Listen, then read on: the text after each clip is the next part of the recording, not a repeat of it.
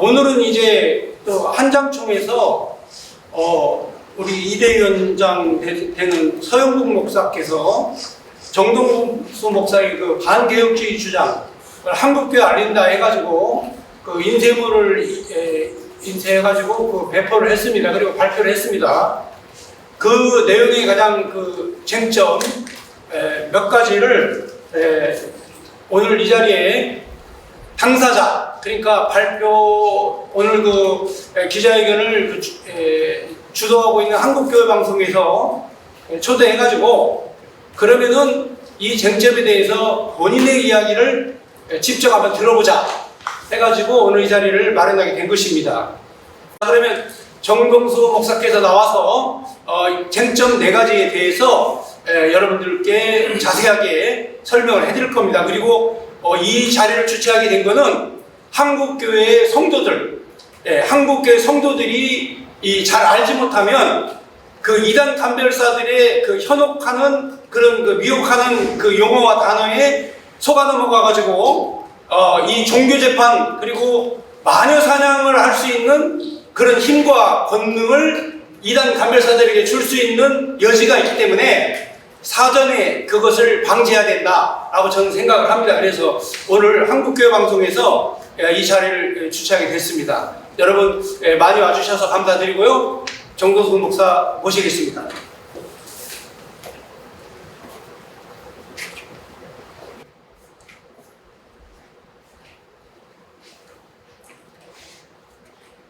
인천 사랑침례교회 정동수 목사입니다.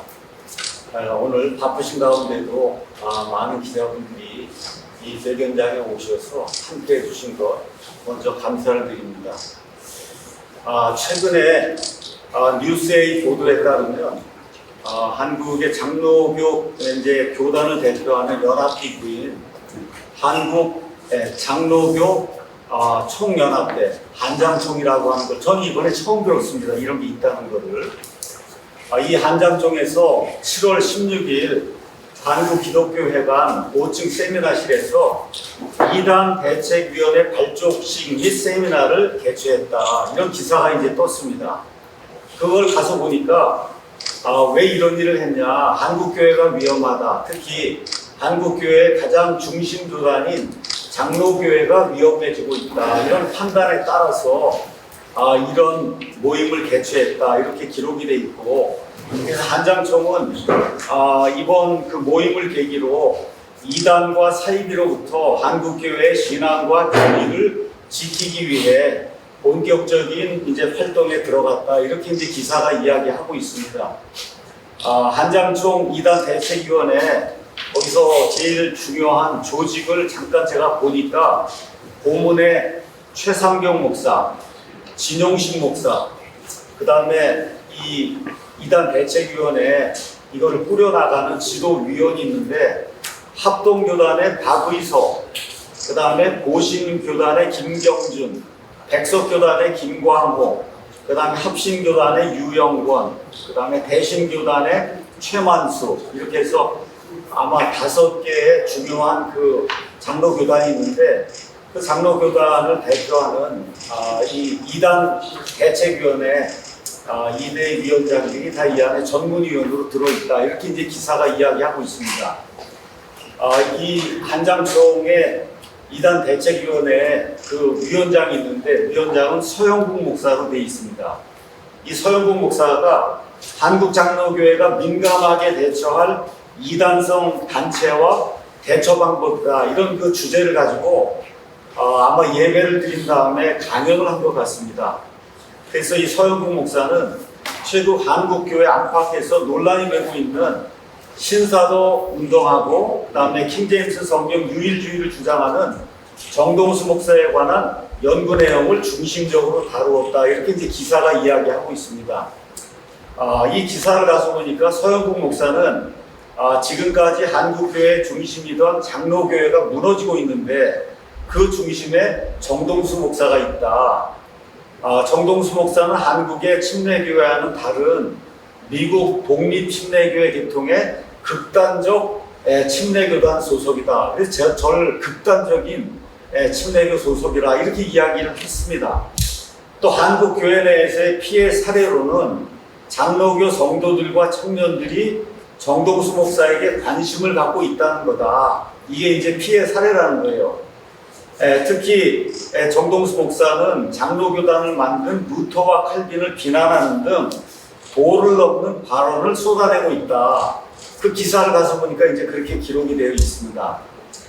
아마 자유 발언이 그 이후에 있었는가 본데, 지금 2016년 예장 합동의 2대 위원장인 박위소 목사는 작년에, 그러니까 2025년에 정동수 목사에 대한 총회의 이단 결의는 그 조사 자리에 장사자를 부르지 않는 등 절차상의 문제점도 있었다. 그러니까 합동교단의 현 이단대책위원장이 지난해 저를 이단으로 만든 이와 같은 그 결정이 큰 문제를 가지고 있다. 그거를 시인했다고 기사에 이렇게 이제 나와 있습니다.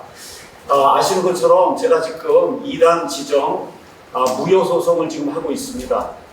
지금까지 2번 재판을 했고 8월 20일 날이 아마 마지막 재판이 될 것 같은데, 이렇게 저를 부르지도 않았을 뿐만 아니라 정족수를 채우지 못했어요.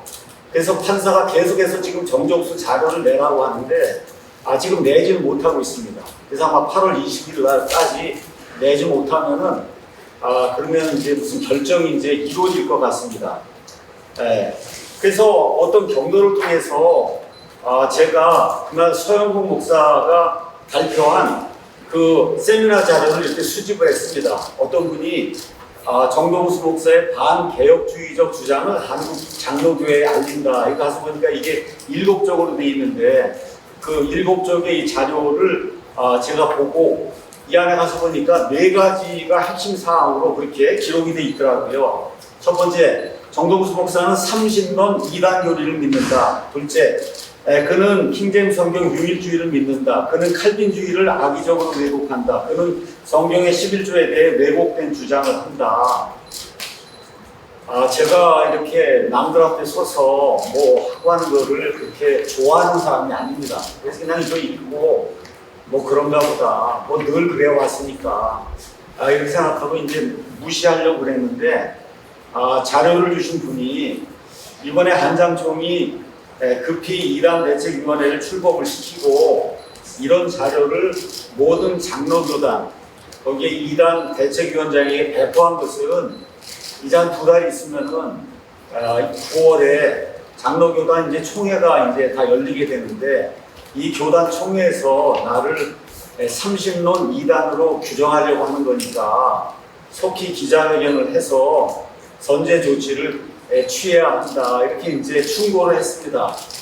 그래서 이것저것 생각을 하다가 그래서 오늘 이 서영국 목사의 그 4가지 주장을 하나씩 이제 반박하는 이런 기자회견을 하는 것이 저와 또 한국교회를 위해서 필요하다 이런 생각을 하고 이 자리에 이제 서게 됐습니다. 먼저 삼신론 주장을 반박하도록 하겠습니다.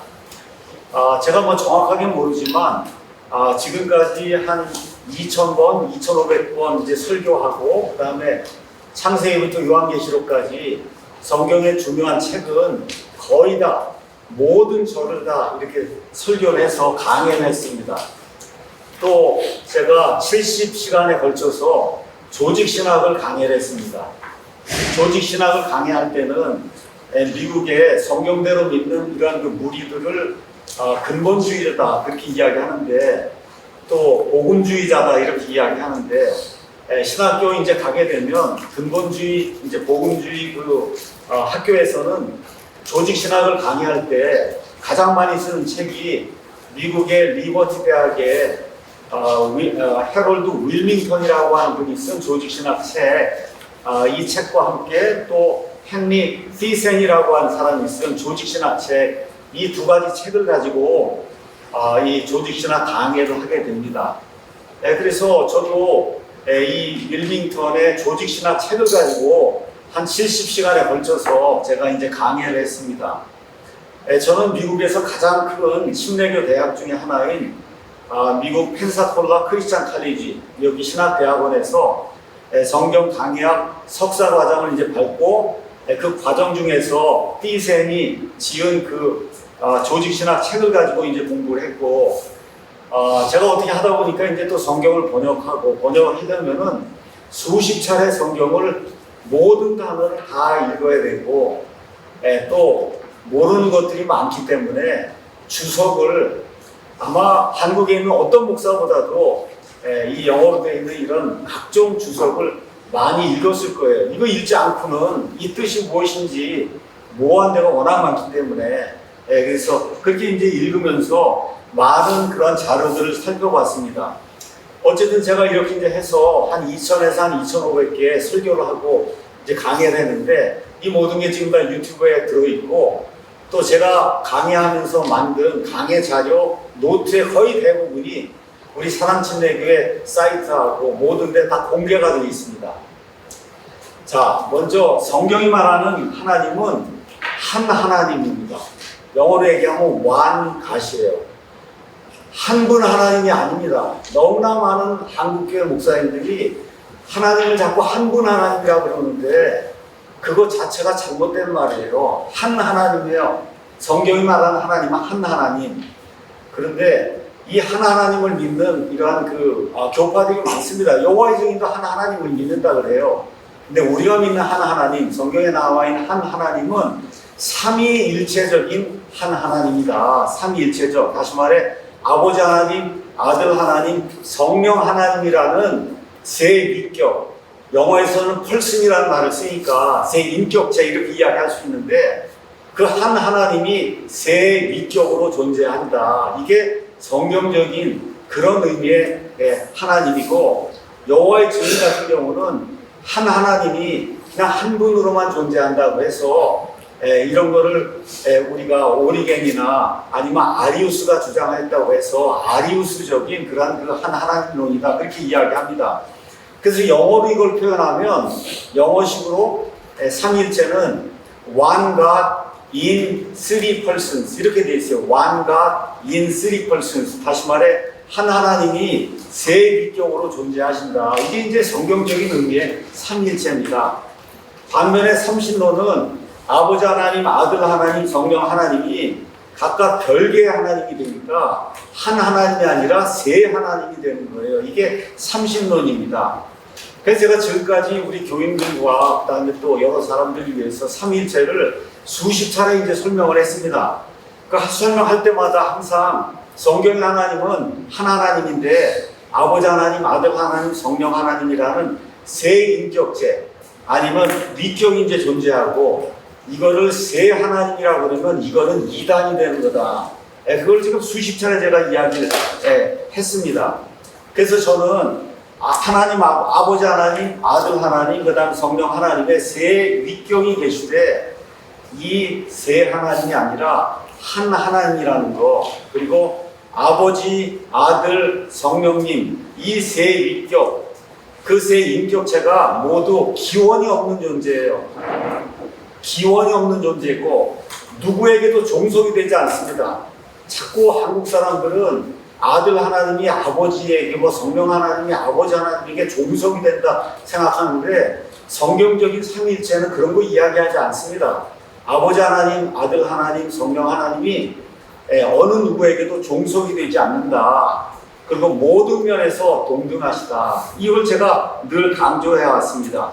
이게 제가 가르쳐온 그런 삼위일체 하나님이고 저는 내 삶에서 단 한 번도 여기에서 벗어난 적이 없어요. 그리고 삼신론이야말로 이단교리라고 이야기를 했고 제가 오늘 여러분을 위해서 이 자료를 이제 가지고 왔습니다. 이거는 제가 강의했던 조직신학 14번째 강의인데 이 조직신학 14번째 강의의 제목이 뭐냐? 삼위일체 하나님이에요. 그 삼위일체 하나님 설명하면서 장로교에서 가장 유명한 분 중에 하나가 옛날에 프린스턴 그 신학대학에 B.B. 워필드라고 하는 분이 있습니다. 그 B.B. 워필드가 이야기한 그 삼위일체 여기에 대해서 제가 이렇게 설명을 하고 쭉 설명한 다음에 잘못된 견해가 세 가지가 있다. 첫 번째가 뭐냐? 삼신론.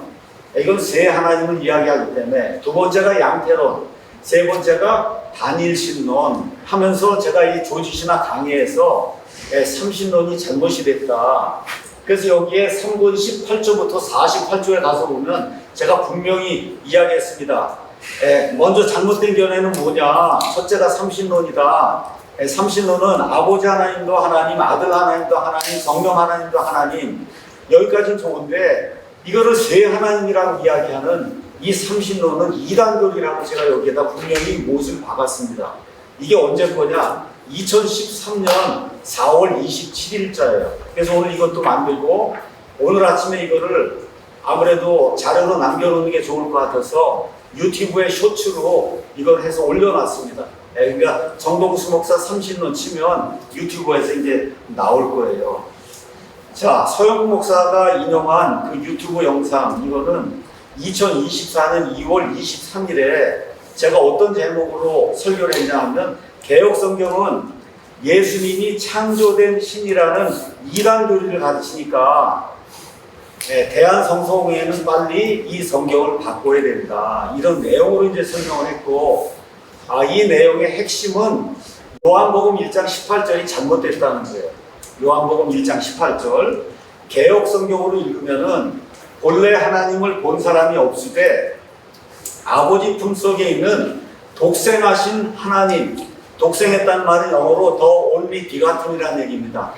그러니까 거기에 하나님이 출생이 됐다는 거예요. 독생하신 하나님이 나타내셨느니라 이렇게 이제 돼 있고, 킹제임스 성경은 아무도 어느 때나 하나님을 보지 못하였는데 아버지 품속에 계신 독생자, 영어로는 The Only Begotten Son, 그러니까 개역에는 가수로 돼 있고 그 다음에 킹제임스 성경에는 son으로 돼 있어요. 독생자께서 그분 아버지를 밝히 드러내셨다 이렇게 이제 돼 있습니다. 그래서 여러분이 가지고 계신 그 자료 보시면 영어도 이제 그 안에 다 들어가 있거든요. 그래서 제가 이 구절을 가지고 그날 59분 동안 이러한 그 번역의 문제점에 대해서 설명을 하고, 이렇게 개혁성경처럼 이렇게 읽게 되면 이게 바로 여호와의 증인들이 주장하는 그런 주장이고, 여호와의 증인들의 성경이 지금 이거를 이야기하면서 이걸 근거로 예수님이 창조된 신이다, 그래서 미가엘 천사장이다, 이거 주장하는 그 핵심 근거가 바로 요한복음 1장 18절이다. 그래서 제가 그 59분 동안 설명하면서 이걸 만든 자가 오리겐이라는 사람이고, 이것 때문에 4세기경에 아리우스라고 하는 이런 이단교리가 나오고, 이게 19세기에 여호와의 증인으로 이제 발전을 하고, 이러면서 이 모든 사람들은 다 미가엘 천사장이 창조된 하나님, 이거를 요한복음 1장 18절을 가지고 이렇게 주장을 한다. 이렇게 이제 제가 이야기를 하면서, 이렇게 되면 성경에 나와 있는 아까 제가 말씀드린 One God in Three Persons, 이게 성립이 안 되기 때문에 이거를 고쳐야 된다. 이렇게 이제 제가 이야기를 했습니다. 자, 개혁성경을 한번 보시기 바랍니다. 여러분이 한번 보세요. 아버지 품속에 있는 독생하신 하나님이 나타내셨다 이렇게 되어 있습니다. 여러분, 뭘 나타내려면 그럼 뭐가 있어야 돼요? 목적어가 있어야 되잖아요. 목적어. 이게 목적어가 없으니까 여기 한번 보세요. 독생하신 하나님이 대체 무엇을 나타냈냔 말이에요. 여러분, 이거 읽고 이해할 수가 있어요? 독생하신 하나님이 나타냈다. 그래서 제가 그 얘기 하는 거예요. 이런 식으로 개혁성경에는 수많은 데서 주어, 목적어, 그 다음에 접속, 부사, 관용어 이런 것들을 다 생략을 해놨기 때문에 뭐를 나타내는지 알 수가 없도록 이렇게 만들었으니까 여기도 킹제임스 성경에 있는 것처럼 어떻게 돼야 돼요? 아버지 품속에 계신 그 아들께서 그분, 즉 아버지를 밝히 드러내셨다는 거예요. 그러니까 예수 그리스도를 보고 그분의 행적과 그분의 모든 말을 보게 되면 그게 100% 아버지하고 똑같다. 아버지하고 하시는 거하고, 이게 요한복음의 취지잖아요. 그러니까 요한복음 10장 30절에 있는 것처럼 나와 내 아버지는 하나다. 예수님만 보면 그 아버지가 어떤 분인지 알 수 있다는 겁니다. 나를 본 자는 아버지를 봤다. 요한복음 14장 9절. 이런 것들이 같이 병합이 되려고 하면 거기에 목적어를 넣어야 된다. 이걸 제가 이제 이야기를 했고, 여기 어쨌든 그 핵심 구절은 1장 19절의 핵심 구는 The Only Begotten Son이냐 가시냐 이거거든요. 그러니까 독생하신 하나님이냐 아니면 독생하신 아들이냐가 이게 가장 중요한 이런 내용이기 때문에 제가 이거를 설명을 했습니다. 자, 요한복음 1장 18절 그 그리스도 본문 가면 독생하신 아들은 그는 뭐로 돼 있냐? 호는 정관사예요. 모노게네스, 모노 유일하다, 게네스 탄생하다, 출생하다 이런 이야기고, 그 다음에 이 킹제임스 성경의 근간이 된 이런 다수사본에는 휘오스라고 기록이 되어 있어요. 휘오스를 번역하면 아들입니다. 자, 이렇게 이제 돼 있고, 독생하신 하나님은 여기 맨 끝에 휘오스가 아니라 데오스로 돼 있어요. 데오스는 여러분 아시는 것처럼 신, 하나님 이렇게 이제 번역이 되는 거거든요. 자, 그러면 지금까지 많은 사본들이 발견이 됐는데 약 5,800개의 신약 사본이 있습니다. 이 신약 사본들이 이 요한복음 1장 18절을 뭐라고 기록하고 있느냐, 이거를 제가 이제 말씀을 드리려고 하고, 그래서 이게 독생하신 아들이 되냐 독생하신 하나님이 되냐에 따라서 신학이 완전히 바뀌게 되는 거예요. 여호와의 증인들처럼 여기 있는 걸 독생하신 하나님으로 이렇게 만들어 버리면은, 그런 거 독생했다는 얘기가 누구에게서 출생이 됐다는 얘기예요. 창조가 됐다는 거기 때문에. 그래서 여기 나와 있는 주어, 그 주어인 아들이 누구에게서 출생이 된 하나님, 다시 말해 출생한 신이 되는 거예요. 그래서 이런 번역의 심각한 문제는 예수 그리스도를 영원히 스스로 계신 참 하나님이 아니라 어느 시점에 아버지에 의해서 출생이 된 아버지보다 이렇게 하위의 신적인 존재로 격화시키는 이와 같은 신학이 나올 수밖에 없는 겁니다. 그래서 삼위일체를 부정하는 여호와의 증인도 사람을 끌어들이기 위해서, 그래서 와서 전도할 때 그때 가장 많이 사용하는 이 구절이 여기 있는 요한복음 1장 18절이에요. 예수님은 창조된 신이다. 그게 미가엘 천사장이다. 이렇기 때문에 우리 여호와의 증인이 옳은 거다. 이거 주장할 때 가장 많이 이렇게 들이대는 이 말씀이 요한복음 1장 18절입니다. 말씀드린 대로 지금까지 발견된 신약성경 이 사본이 5,800개가 되는데, 모든 사본이 마태복음부터 요한계시록 22장까지 모든 말씀을 가지고 있지 않습니다. 그래서 사본마다 이 부분 가지고 있고 이 부분 가지고 이래서 이 모든 것들을 조합을 해서 그래서 본문을 이제 만들어야 되는데, 자, 그러면 요한복음 1장 18절을 가지고 있는 사본이 몇 개 정도 되냐? 한 1607개에서 1617개 정도가 됩니다. 자, 이 가운데 독생하신 아들로 읽는 사본이 몇 개냐? 1600개예요. 1600개는 독생하신 아들로 그렇게 읽고, 독생하신 하나님으로 읽는 사본은 적게는 7개, 많게 잡으면 17개예요. 다시 말해 신약성경 사본의 99%가 독생하신 아들이라고 그렇게 기록이 되어 있고, 말 그대로 소수사본, 천주교에서 나온 극히 소수의 1%도 안 되는 이런 사본만 이거를 독생하신 하나님으로 그렇게 이제 기록을 하고 있습니다. 또 우리가 이제 교부라고 하는 이레니우스, 클레멘스, 터툴리아누스 이런 사람들이 1세기, 2세기 이 경에 이제 살았는데, 또 3세기 초반 이럴 때 살았는데, 이 교부들이 성경 말씀을 인용했잖아요. 그 모든 기록이 남아 있습니다. 거기 가서 보면 다 뭐라고 돼 있냐, 이 사람들이 이건 독생하신 아들이다. 그래서 독생자라고 하는 기록이 돼 있는 거예요. 그러니까 킹제임스 성경이 이 구절을 아버지 품속에 계신 독생자, 다시 말해 독생하신 아들께서 그분 아버지를 밝히 드러내셨다, 이렇게 번역하며 이 아들로 번역한 것은 사원학적으로 99%가 동의하는 그런 일이니까 너무나 당연하게 맞는 거고, 그래서 이거를 하나님으로 번역하면 예수님이 창조된 신이 되기 때문에 신학적으로 있을 수 없는 일이다. 그래서 개혁성경 계열이 선택한, NIV가 선택한 천주교 소수사본 계열을 따르면 이 여호와의 증인들의 신세계 여권도 소수사본 그 계열을 따라서 이걸 가지고 와서 사람들을 자꾸 유혹을 하고 예수님이 창조된 신이라고 그러고 이렇게 이제 하는데, 이런 일이 생기면 안 되기 때문에 대한성서공회는 이거를 직시하고 이걸 고쳐야 된다. 제가 이제 그렇게 이야기했습니다. 우리가 다 웨스트민스터 신앙고백을 믿는다 그렇게 이야기를 하는데, 이거를 작성한 그런 신학자들과 그 다음에 청교도 가운데 제일 유명한 사람이 존 오웬입니다. 존 오웬. 존 오웬이 반드시 다수 사본을 써야지 천주교 소수 사본을 쓰면 안 된다는 유명한 논문을 다 발표했어요. 조나단 에드워즈, 찰스 스폴전 등 청교도들이 유일하게 인정한 성경이 뭐냐? 바로 이 다수 사본에서 나온 킹제임스 성경. 이것대로 해야 이런 여호와의 증인들 같은 이런 이단 교리가 나오지 않는다. 그걸 지금까지 이제 이야기를 한 겁니다. 여기 모노게네스, 이거는 이제 우리말로는 독생을 이걸 원래대로 풀었으면 유일하게 나왔다 이런 뜻이에요. 유일하게 나왔다.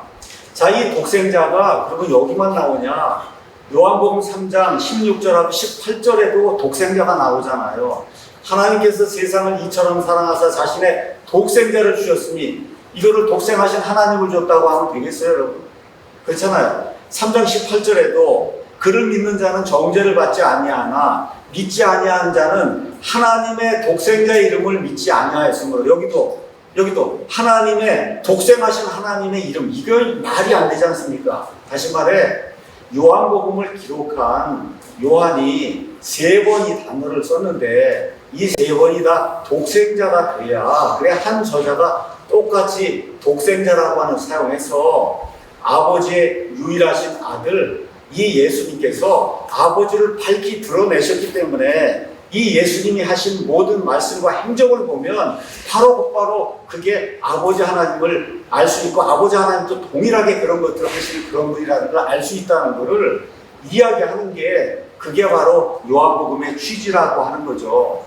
여기 모노게네스 여기에서 게네스라고 하는 거는 출생한다 그런 얘기예요.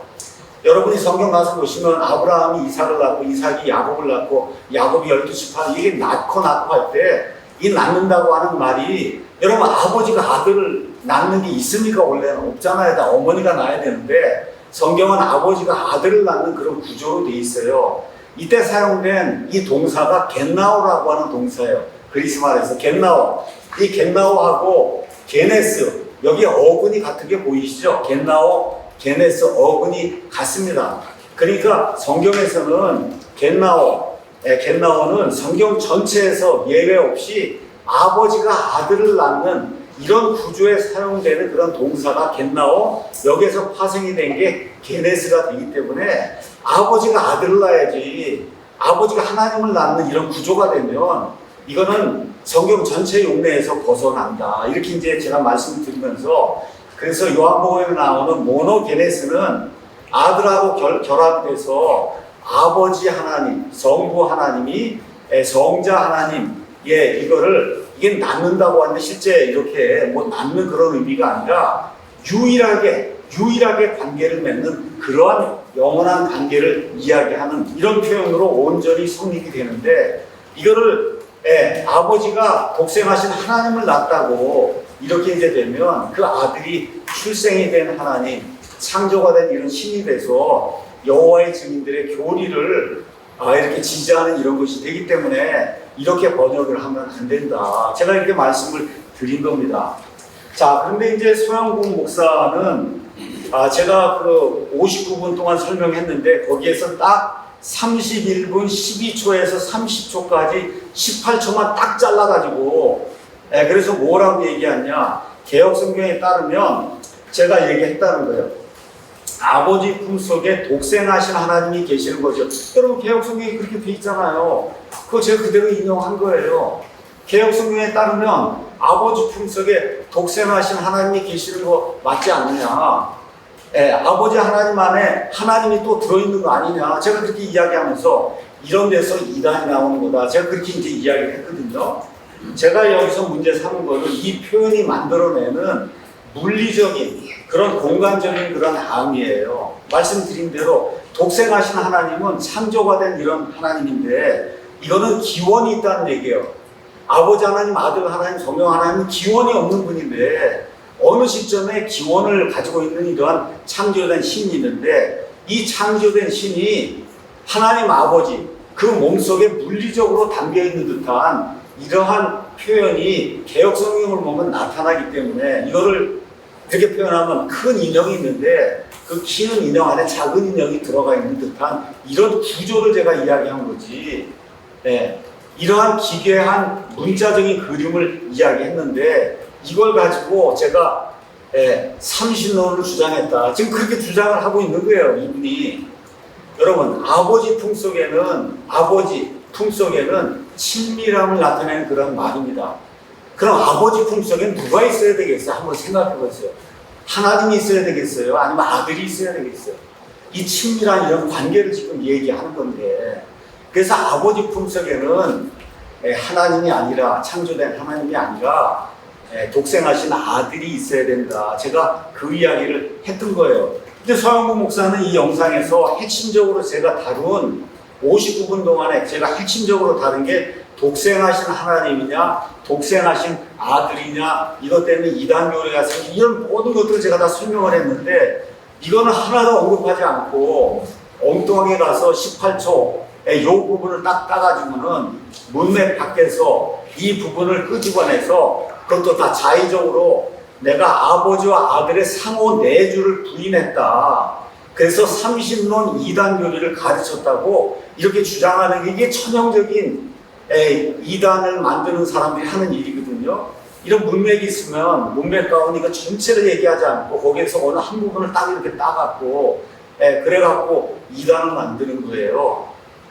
자, 그래서 서영수 목사는 내가 말한 문자적인 그런 그림, 이렇게 큰 인형 같은 거 안에 작은 인형이 들어있는 듯한 이런 표현이 여기 나오는 거, 그렇죠? 나는 그걸 이야기한 건데 이 사람은 성경이 가르치는 상호 내주를 이거를 두 개를 동일시하면서 번역 비평을 신론 부정으로 왜곡하는 이런 엄청난 잘못을 주장을 한 겁니다.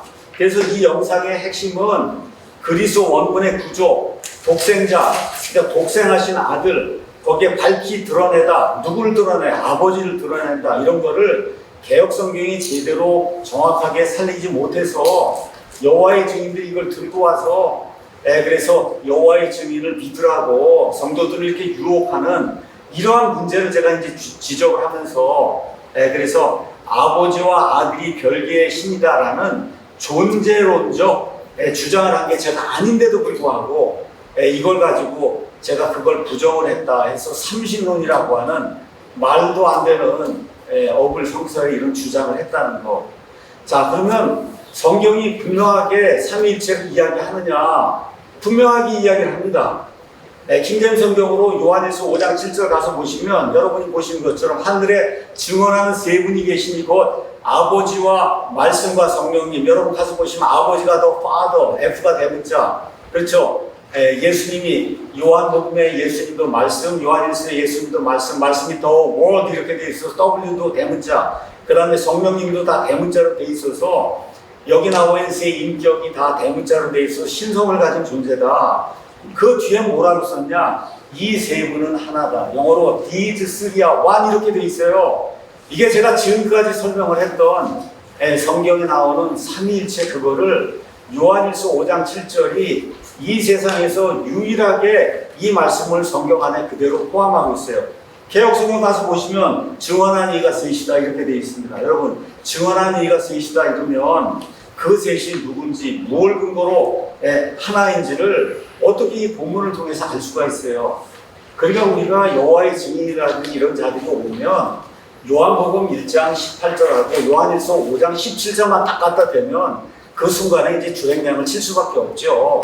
왜 그러냐? 자기들이 주장하는 이런 모든 그런 그 이단적인 이런 그 주장이 이 두 구절에서 완전히 그냥 순식간에 반박이 되기 때문에 그래서 개역성경 NIV 이런 데는 삼위일체 교리를 직접 서술하는 거예요.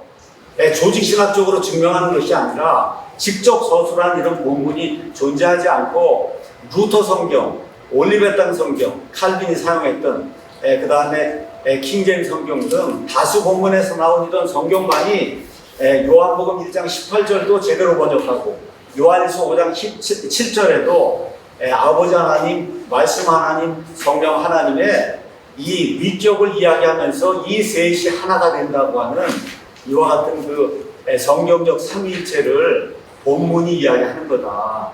그래서 제가 삼신론을 가르쳤다고 하는 서영국 목사, 이거는 지금 캐나다의 김홍기라고 하는 자가 이거 만들어서 아마 최상경이라고 하는 분이 운영하는 뭐 목회, 교회와 이단? 교회와 이단인가 하는 무슨 잡지가 있다고 하는데 거기다가 갖다 기고한 거를 서영구 목사가 그냥 그대로 카피해요. 이거는 아마 무슨 내용인지도 알지 못할 거야. 그냥 가져다 이렇게 적은 건데 저는 한 번도 내 평생에 정통 삼일체 교리 외에 이런 뭐 삼신론이라든지 이런 거, 양태론이라든지 이런 거 가르쳐 본 적이 없습니다. 그래서 이런 엉터리 자료 이런 걸 가지고 이단을 만들려고 하는 이런 시도는 하나님 보시기에 가증한 일이고 악하고 거짓된 일이다. 이걸 이제 말씀드립니다. 두 번째, 킹제임스 성경 유일주의에 대해서 제가 말씀을 드리겠습니다. 이 킹제임스 유일주의 이거 반복은 지금까지 수도 없이 했어요. 수도 없이 이거 했기 때문에 제가 길게 이야기하지 않겠습니다. 우리 사랑침례교회 홈페이지 한번 들어와 보시면은 거기에 보면 믿음 진술문이 있어요. 우리가 뭘 믿는다. 믿음 진술문. 거기 가서 보면 성경에 대해서 여기 찬물 좀 한잔 가져주세요. 성경에 대해서 이렇게 기록이 되어 있습니다. 우리는 1647년에 제정된 웨스트민스터 신앙고백 1조 성경편의 10개 항 전체와 특별히 8장의 8항에 따라서 하나님께서 원어 성경 기록들을 영감으로 주시고 킹제임스 성경에 영감 준 게 아니에요. 히브리 말, 그 다음에 그리스 말로 기록이 된 원어 성경 기록들에 하나님이 한 번 영감을 준 거예요. 그리고 하나님이 그 영감을 주신 그런 기록들을 사상 유례가 없는 보호와 섭리로 순수하게 보존하셨음을 믿으며, 그러니까 1647년에 웨스트민스터 신앙고백이 이렇게 작성이 될 때 이미 그 보존된 그 단어들이 다 우리 손에 있다는 거예요. 그렇게 이야기하는 게 그게 웨스트민스터 신앙고백이 얘기하는 건데 그걸 그대로 믿는다.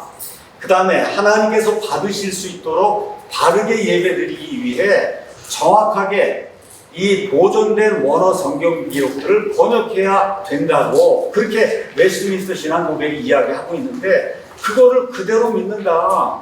그렇게 이야기한 겁니다. 그 다음에 뭐라고 얘기했냐. 1611년에 출간이 돼서 온 세상 모든 것에 복음을 선포하고 세상에서 가장 많이 전파가 되고 가장 많이 출간이 된 베스트셀러의 성경, 킹제임스 성경. 이 성경이 모든 데이터를 다 분석해보니까 오류가 하나도 없는 그런 성경이다. 우리 그렇게 믿고 그래서 이 성경을 우리나라 말로 정확하게 번역해서 그래서 이 성경을 가지고 예배를 드린다. 이렇게 사람 침례의 믿음 진술문에 이렇게 기록이 되어 있고 이 믿음 진술문은 지금부터 한 7, 8년 전에 이 장로교 합동 측에서 저를 이단성이 있다고 그렇게 이제 이야기하면서 제가 그래서 이거를 이렇게 적으면 그럼 되겠느냐. 그랬더니 칼빈 신학교에 조직 신학교 수강이 다 모여갖고 이렇게 적으면 너무 잘 적었다. 그리고 저한테 악수를 하면서 너무 잘 적었다고. 이렇게 해서 장로교 합동 측 조직 신학 교수와 그 다음에 거기 합동 측 2대 위원들이 다 동의하고 그러고서 이단성을 해제해야 되겠다고 해서 이단성 해제를 결의할 때 그때 사용한 말이에요, 이게. 자, 그래서 여기 있는 그대로예요. 저희는 이중영광 같은 거 믿지 않습니다. 킹제임스 성경은 하나님이 보존해 주신 그 본문에 나와 있는 모든 단어들을 만국의 공통어가 된 이 영어를 사용해서 신실하게 온전하게 그렇게 보존해서 하나님의 모든 말씀들이 그 안에 보존이 되어 있는 그와 같은 성경이다. 그렇게 이야기하는 것이 킹제임스 성경이 새롭게 영감을 받은 성경이 아니다. 제가 이렇게 이제 분명히 말씀을 드렸습니다. 제가 뭐 긴 얘기 제가 또 안 하겠습니다. 자, 그럼 나를 반박하는 목사들에게 한번 묻고 싶어요. 여러분도 개혁 성경을 가지고 목회하면서 그러면서 강단에 서서 성도들에게 뭐라고 얘기합니까? 이 성경 들고 뭐라 그래요? 이 성경은 완전한 성경이고 오류가 없는 성경이다. 여러분 그렇게 목회하지 않습니까? 설교하지 않아요? 네. 근데 그 개혁 성경에 가서 보면 절 번호는 있는데 거기에 없음이라고 되어 있는 게 적어도 13구절이 있어요. 13구절. 13구절이 이렇게 명백하게 들어있는 이 성경을 가지고도 뭐라 그래요? 완전하다. 그렇죠? 하나님이 보존해줬다. 우리 성경대로 믿습니다 하고 목사들 다 그렇게 이야기하지 않습니까? 절보로는 남겨두고 그 내용이 완전히 빠져있는 이런 열쇠구절, 이게 있는 그 성경을 손에 들고도 이걸 어떻게 완전하다고 이야기할 수가 있어요? 제가 여러분에게 묻는 거예요. 한번 논리를 한번 배우시기 바랍니다. 반면 킹제임스 성경에 대해서는 많은 사람들이 이러쿵저러쿵 얘기하면서 뭐 1000개의 에러가 있다, 뭐 1500개의 이런 그 오류가 있다 이렇게 주장하는데, 여러분 지난 400년 동안 이 사람들이 수십억 명이 이 킹제임스 성경을 쓰면서 이 사람들이 오류라고 하는 그런 모든 거를 오류가 아니라고 하는 사실을 다 입증을 해놨습니다. 인터넷에 내가 다 찾아볼 수가 있어요. 자, 이렇다고 해서 제가 킹제임스 성경만으로 구원을 받는다, 개혁 성경이나 NIV는 사탄 성경이다, 저는 그렇게 이야기한 적이 한 번도 없습니다. 없어요. 이러한 주장은 누가 한 거냐? 말씀 보존학회라고 하는 이런 단체에서 한 거지, 저는 이러한 주장을 뭐라고 얘기했냐? 넌센스라고 이야기했습니다. 넌센스. 그러니까 킹제임스 성경만으로 구원받고 그 다음에 개혁 성경이나 NIV는 구원받지도 못하고 그 성경은 사탄 성경이다, 이건 말씀 보존학회가 이야기한 거고, 저는 이런 말 한 적도 없고 이런 말 하는 거는 말 그대로 넌센스라고 이렇게 이야기했습니다. 그래서 저는 한 번도 저 자신이 개혁 성경으로 구원받았다고 얼마를 얘기했어요. 얼마를. 그러니까 다른 번역본을 사용하는 사람들의 구원을 의심하거나 부정하거나 다른 번역본을 사탄의 성경이라고 매도하는 거, 이런 일은 저는 평생에 해본 적이 없어요. 그렇기 때문에 저를 말씀 보존학회가 한 거를 가지고 저한테 뒤집어 씌워서 킹제임스 성경 무슨 극단적인 유일주의자라고 이야기하는 거, 이거는 잘못된 일이다. 자, 그 다음에 이제 서영국 목사 등이 또 김홍기가 가져온 거 그거 갖고 와갖고 뭘 얘기하냐? 영어 킹제임스 성경에 개정이 없었다고 제가 거짓말을 했다. 이거 좀 이야기하도록 하겠습니다. 여러분, 교정이라고 하는 말이 있고 개정이라고 하는 말이 있어요. 교정은 어떤 거냐? 이렇게 원고를 썼습니다. 이제 원고를 썼는데 지금과 같이 컴퓨터로 해서 컴퓨터로 이렇게 조판 작업을 한 게 아니라 지금부터 400년 전에는 모든 그 알파벳 글자를 필사기 같은 거로 집어 넣어갖고 그래갖고 그거를 다 조판을 해야 되는 거예요. 손으로 조판을 해야 되는 거예요. 자, 그러면 킹제임스 성경 안에 글자가 몇 개냐? 제가 찾아보니까 310만 개가 있어요. 알파벳이 310만 개. 310만 개를 창세기 1장부터 요한계시록 22장까지 다 집어넣어야 되는데, 여러분 거꾸로 집어넣는 거예요. 이것도 제대로 보고 거꾸로 집어넣어야 찍으면 그대로 바르게 나오기 때문에. 그렇잖아요. 자, 이렇게 400년 전에 300만 개가 넘는 이러한 글자를 손으로 일일이 한번 조판을 한다 생각을 해보세요. 이러다 보면 무슨 일이 생기겠어요? 아, 조판 실수가 당연히 생기죠. 조판 실수가 310만 개를 집어넣어야 되는데. 그래서 어떤 일이 생겼냐? 1631년에는 그 조판공이 조판을 잘못해갖고 출애굽기에 너는 간음하지 말라.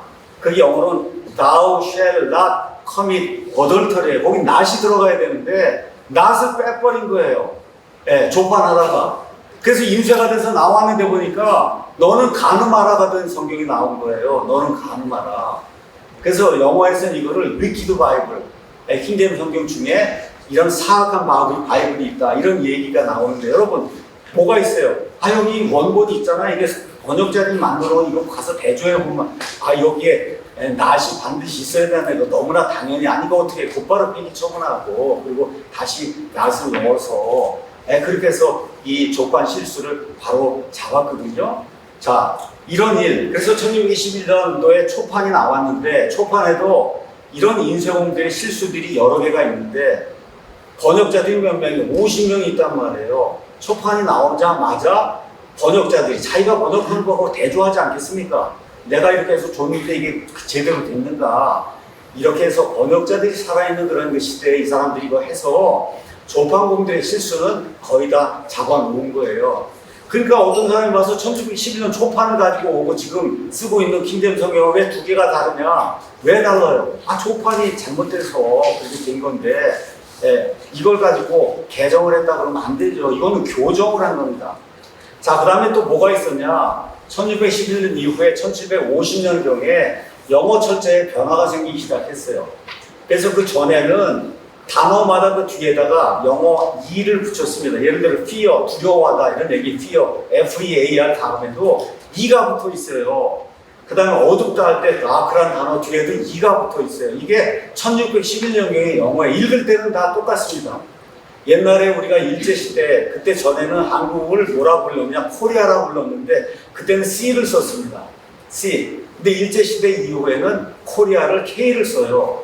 그렇죠? 그럼 읽을 때 둘 다 코리아인데 어떻게 된 거예요? C에서 K로 바뀐 거. 그럼 이거를 개정을 했다 그래요? 이건 성경 이게 대입을 할 때는 이건 교정을 했다 이렇게 이제 되는 거예요. 근데 이렇게 된 거는 개정을 한 것이 아니라 교정을 한 거다. 조판할 때 실수 고치고, 그 다음에 이렇게 철자법이 바뀌는 거 고치고. 근데 개정은 뭐냐? 번역의 근거가 되는 사본을 바꾸는 거예요. 사본을 바꾸고, 그래서 문장을 뜯어 고쳐서 뜻이 변하도록 만드는 게 그게 개정입니다. 개혁 성경이 오랜 세월 사용이 되다가 만료가 됐어요, 판권이. 그래서 나온 게 뭐예요? 개혁 개정이에요. 그게 개정이에요. 수많은 것이 개혁 성경하고 다릅니다. 이렇게 된 게 개정이에요. 또 NIV가 전통 다수 본문이 아니라 천주교 계열의 이런 그 소수 본문을 사용해서 영어 성경을 냈어요. 이거는 킹제임스 성경을 개정을 한 거예요. 가서 보면 다 다르고 뜻도 다르고 모든 것이 다르기 때문에 이거는 개정을 했다 그렇게 이야기하는 거예요. 그래서 오늘 제가 말씀드린 요한복음 1장 18절 거기 가면 개정의 실사례가 나오는 거예요. 현재 존재하는 사본의 99%가 독생하신 아들로 되어 있는 것을 1% 소수 천주교 사본을 사용해서 독생하신 하나님으로 바꾸면 완전히 달라지잖아요. 이게 개정입니다.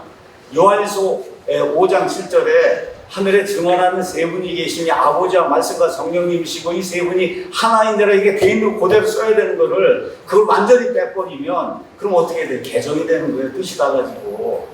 그래서 실제 신약 성경의 경우 천주교에서 만들어 놓은 소수 사본은 이런 그 다수 사본을 여기 여러분 가지고 있는 표에 가서 보시면 알지만 얼마를 고쳤냐? 7%를 개정을 했어요. 이렇게 하니까 같은 영어 성경인데 킹제임스 성경을 읽냐 NIV를 읽냐에 따라서 신약만 NIV를 읽으면 베드로전서 후서만큼의 양이 줄어듭니다.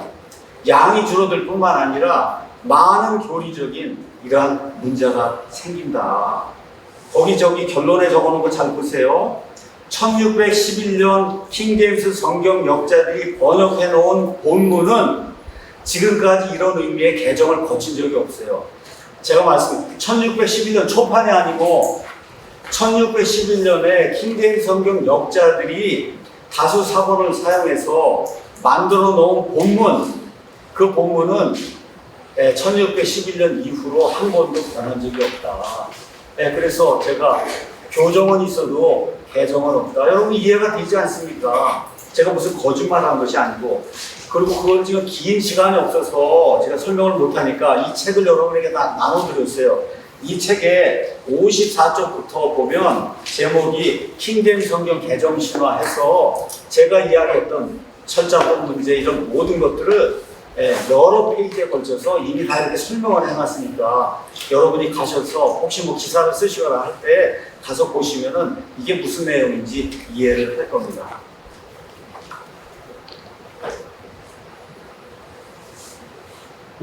자, 서영국 목사는 제가 이 칼빈주의 비평이라는 책을 썼는데 이게 두꺼운 책이에요. 이 책이 몇 페이지나 430페이지인데 글씨가 작아서 일반 책으로 쓰면 한 650페이지 되는 그런 책을 제가 이렇게 이제 썼습니다. 자, 그래서 이 칼빈주의 비평 책에서 제가 요한 칼빈을 이제 악의적으로 왜곡하고 이제 뭐 반박을 했다 이렇게 이제 이야기를 했거든요. 자, 그래서 설교에서 칼빈을 잔인무도한 학살자로 규정을 하고 칼빈이 세례중생, 점진적 구원을 가르친 이단으로 단죄를 하고 칼빈주의를 인간의 자유를 말살하고 전체주의 독재를 정당화하는 배설물 같은 사상으로 이렇게 매도했다. 자, 제가 말씀드릴게요. 이 책 여러분 가셔서 110쪽 한번 가서 보시면은 거기에 어거스틴과 칼빈을 이단자라고 이제 거기에 지칭을 해놨는데 이게 내가 한 게 아니고 이거는 번역을 한 거예요. 이 책을. 이 책의 저자가 누구냐? 데이비 클라우드라고 하는 유명한 침례교 신학자인데 이 사람의 저작을 그대로 번역을 한 겁니다. 110쪽에. 그래서 이 클라우드가 자신의 책에서 어거스틴과 요한 칼빈은 명백히 이단자였다라고 명시적으로 밝혀서 저는 그대로 옮긴 거예요, 일단은. 근데 그렇게 적어 놓으면 분명히 이것 때문에 이제 문제가 생긴다. 제가 그렇게 생각을 하고, 그 밑에 가서 보시면 각주를 달아놨죠. 여러분 지금 책을 펴시고 한번 보시거나 여기에 제가 각주를 그대로 옮겨놨습니다. 그래서 제가 뭐라고 이제 썼냐. 이 번역문이 혹시라도 오해를 살까봐 클라우드가 사용한 이단자라고 하는 표현의 의미를 설명하는 각주를 거기에 달아놨어요. 거기에. 그 각주에서 저는 뭐라고 얘기하냐. 이단이라고 하는 그 헬라어 단어가 하이레시스인데 이 이단이라고 하는 그 말은 원래가 파당이라는 말이다. 나와 다른 거를 믿는 파당, 다른 사상을 따르는 이런 무리를 이야기할 때 그게 원래 이단이라고 하는 그런 말이다. 그게 갈라디아서 5장에도 있고 한 걸 다 밝히고 다시 말해 클라우드가 어거스틴과 칼빈을 이단자라고 부른 것은 그들의 구원 여부를 판단하려고 하는 것이 아니라 그들의 교리가 성경에서 벗어난 별개의 파당적인 사상임을 지적하려는 것이었다. 그걸 제가 그 밑에 각주로 이렇게 기록을 해놨어요. 각주로. 그러니까 이런 걸 보고, 그리고 뭐 이단자다 뭐다 이제 이야기를 해야 된다. 일단 얘기하고. 자, 그럼 칼빈의 교리에 문제가 있냐? 문제가 있다. 칼빈은 단 한 번도 유아 세례와 그 다음에 세례에 의해서 사람이 다시 태어난다고 하는 세례 중생, 이게 어디서 온 거냐? 천주교에서 온 거잖아요. 그 천주교 교리를 이건 잘못됐다고 하고 반박한 적이 없습니다. 유아 세례 그대로 인정하고 세례에 의한 중생을 믿었다고 하는 이런 내용이 칼빈 자신의 말을 통해서 그래서 갈리아 신앙고백 1559년도 28항을 가서 보면 세례의 효력은 누가 세례를 주느냐에 따라 변하지 않는 것처럼 로마 카톨릭 시스템에서 세례를 받은 자들은 다시 세례를 받을 필요가 없다. 카톨릭 교회 그 유아 세례가 장로교회도 그대로 유효하기 때문에 그래서 그렇게 칼빈이 가르쳤다. 이게 역사적인 사실이에요. 그 역사적인 사실을 클라우드가 이야기한 겁니다. 그러니까 로마 카톨릭이 가르치는 물 세례 받을 때 중생이 이루어진다고 하는 교리를 칼빈이 그대로 답습을 했고 이거는 성경의 위배가 되는 거짓 복음이다. 그렇게 데이비 클라우드가 이야기한 거예요. 여기 잘못이 하나도 없습니다. 또 칼빈은 어거스틴의 삶과 사상에 강하게 영향을 받아 구원을 점진적 과정으로 가르쳤다. 성경이 이야기하는 구원은 점진적 과정, 평생토록 뭘 해가지고 나중에 구원이 이루어지는 것이 아니라 예수 그리스도를 주와 구원자로 내가 영접하는 바로 그 순간에 그 사람이 다시 태어나서 하나님의 아들, 딸이 되는 거다. 그래서 그거를 새로운 출생이라고 요한복음 3장 3절이 이야기하는 거잖아요. 그러니까 예수 그리스도를 믿는 그 순간에 사람이 완전하게 거듭나서 그래서 하나님의 아들, 딸이 되는 거지 평생 동안에 뭐 7 성사나 이런 걸 거쳐가지고 그렇게 해서 구원이 완성이 되는 이런 게 아니다. 그렇게 제가 이제 다 이야기를 하고 또 그거를 데이비 클라우드가 이야기를 했어요. 근데 칼빈은 이런 회심에 대해 한 번도 말하지 않고 대신 천주교의 이런 모든 교리의 토대를 놓아준 어거스틴의 이런 모든 걸 따라서 어거스틴이 뭐 동산 체험을 했다고 하는데 여기에서 비롯된 천주교에는 7 성사가 있잖아요. 그 성사의 첫 번째가 뭐예요? 유아세례인데 유아세례부터 시작해서 쭉 모든 걸 다 거쳐가지고 그래서 점진적으로 회심이 된다고 하는 이런 개념을 따랐다. 그러니까 어거스틴이 그걸 따랐고 칼빈이 그런 것들을 따랐다라고 데이비 클라우드가 역사적인 이와 같은 사실을 근거로 이야기한 겁니다. 그래서 이 칼빈주의 비평 책에서 이단자라고 데이비 클라우드가 이야기한 걸 제가 그대로 번역을 하고 각주까지 적어놨는데 어쨌든 이거는 침례교 신학자의 지적을 그냥 정실하게 번역하고 그 의미를 전달한 거지 여기서 벗어난 것이 하나도 없다.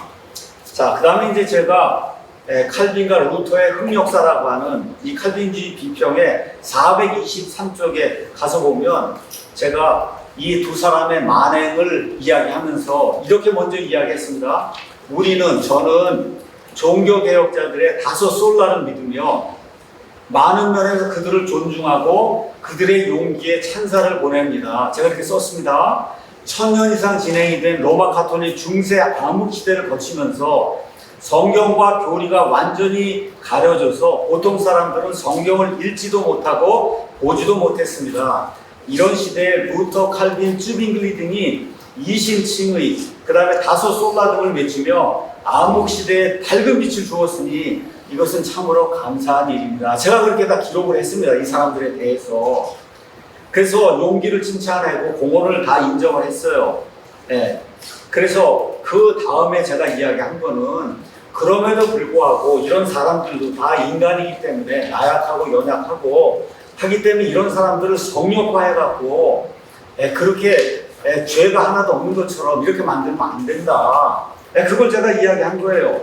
그래서 그걸 이야기하려고 칼빈이 제네바 통치를 하면서 그 당시에 아주 유명한 카스텔리오라고 하는 인문학자가 제네바가 시에 칼빈이 통치하던 그 시기에 같이 살았습니다. 그래서 그 카스텔리오가 눈으로 목격했고 눈으로 확인했던 칼빈이 했던 그런 일, 그거를 오스트리아의 유명한 전기작가 츠바이크라고 한 사람이 제목을 다른 의견을 가질 권리, 칼빈이 절대 제네바에서 다른 의견을 허용하지 않았기 때문에 책 제목이 다른 의견을 가질 권리 해갖고 이 카스텔리오가 경험했던 모든 걸 그 안에 적어놓은 거예요. 그래서 카스텔리오가 눈으로 확인한 게 뭐냐, 인구가 10,000명이 안 되는 그 제네바시를 통치하면서 첫 5년 동안에 13명을 교수행에 처하고 10명의 목을 자르고 35명을 화형에 처하고 76명을 추방을 했다. 이게 누가 얘기한 거냐? 여기 다른 의견을 가질 그 권리에서 카스텔리오가 자기 눈으로 목격한 거를 그걸 기록으로 남기고 그 유명한 이 전기작가 이 사람이 이거를 다른 의견, 왜 칼빈과 다른 의견을 가졌다고 하는 그것 때문에 이렇게 사람을 죽이거나 했는데 이런 일은 해서는 안 된다. 이 전기작가도 이야기하고 카스텔리오가 이야기했기 때문에 제가 그거를 그대로 인용을 한 거예요. 제가 뭐 역사적인 팩트를 부정하거나 한 것이 전혀 아니라, 자, 그런 맥락에서 루터도 좋은 일을 많이 했지만 루터가 1543년에 유대인들과 그들의 거짓말이라는 이 소책자를 만들었습니다. 그래갖고 유대인들을 핍박을 하고 유대인들이 죽음에 처해지도록 엄청난 일과 같은 그 일을, 나쁜 일을 루터가 이제 했어요. 자, 근데 이게 나중에 어디에서 문제가 되냐? 여러분, 나치 독일이 유대인들을 600만 명을 죽이잖아요. 이렇게 했을 때 아돌프 히틀러가 뭐라고 얘기했냐? 나는 루터가 하라는 대로 한 거다. 루터가 하라는 대로 유대인들을 죽인 거다 하면서 루터가 적어놓은 유대인들과 그들의 거짓말이라는 이 책에 근거해서 나는 유대인들 600만 명을 죽였다. 그거 이야기한 그 내용을 제가 여기에다 적은 거예요. 그래서 제가 이 사람들이 했던 그런 공헌을 다 깡그리 무시하거나 그런 것이 아니라 좋은 사람들이지만 이건 인간이기 때문에 하나님이 아닙니다. 칼빈이 하나님이 아니에요. 루터가 하나님이 아니기 때문에 이 사람들을 신성시하거나 성역화하거나 이렇게 하면 안 된다. 좋은 것은 좋다고 얘기하고 아닌 것은 아니라고 이야기해야 된다. 자, 그럼 왜 이 사람들이 그런 일을 했냐? 이 사람들은 국가교회를 한 거예요. 루터교 믿는 데는 루터교만 믿어야 되고 칼빈의 제네바는 오직 칼빈이 얘기하는 것만 믿어야 되는데 이거는 신앙의 자유, 양심의 자유를 박탈하는 거다. 이런 일은 예수님이 허용하지도 않았고 바울이 하지도 않은 그런 일이기 때문에 우리 믿음의 사람들은 종교의 자유, 양심의 자유, 내 영혼이 원하는 대로 믿을 수 있는 이와 같은 자유를 갖는 이런 시스템을 가져야 된다. 그런 의미에서 우리 침례교회는 이런 투쟁을 하고 해서 토마스 제퍼슨, 제임스 메디슨 이런 사람들을 설득을 해서 1791년에 미국의 수정헌법 제1조를 침례교인들이 만들어 놓지 않았냐. 그게 뭐예요? 그게 정교분리고, 그래서 모든 인간은 하나님 앞에 평등하고 그다음에 무엇이든지 할 수 있는 이와 같은 자유를 갖는다. 이걸 통해서 지금 우리 모두가 다 정교의 자유를 갖고, 그래서 기독교 안에 뭐 장로교도 믿고 감리교도 믿고 침례교도 믿고 이런 일이 생겼다. 근데 지금 이 시대에 장로교 칼빈주의나 루터교를 이 대한민국의 국교로 만들면 우리에게는 종교의 자유가 생기지 않는다. 루터교하면 루터교만 믿어야 되고 칼빈하면 칼빈교만 믿어야 되니까 이런 일을 하면 안 된다는 그런 차원에서 제가 말씀을 드린 겁니다. 또 제가 뭐라고 여기 결론을 쓰느냐, 내가 이 세상에서 제일 존경하는 사람이 누구냐, 지금까지 수십 번 얘기했을 거예요.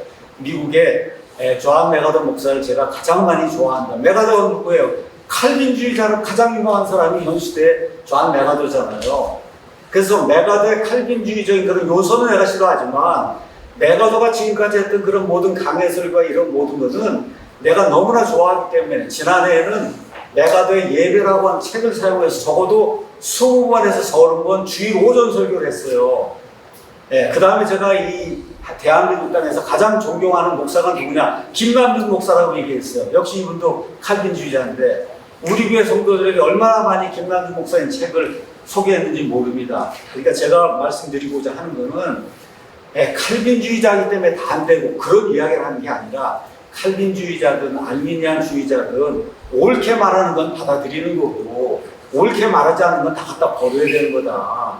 그래서 하나님은 진실하시되 사람은 다 거짓말쟁이라 할지어다. 성경이 그렇게 이야기하니까 다 연약한 인간이에요. 좋은 것은 받아들이고 아닌 건 갖다 버려야 된다. 이런 이야기를 했고, 제가 이렇게 칼빈주의 이런 거 비판한 거는 나만의 독특한 주장이 아니고 감리교, 성결교, 오순절 교단이 극도로 미워하는 게 뭐예요? 그게 칼빈주의예요.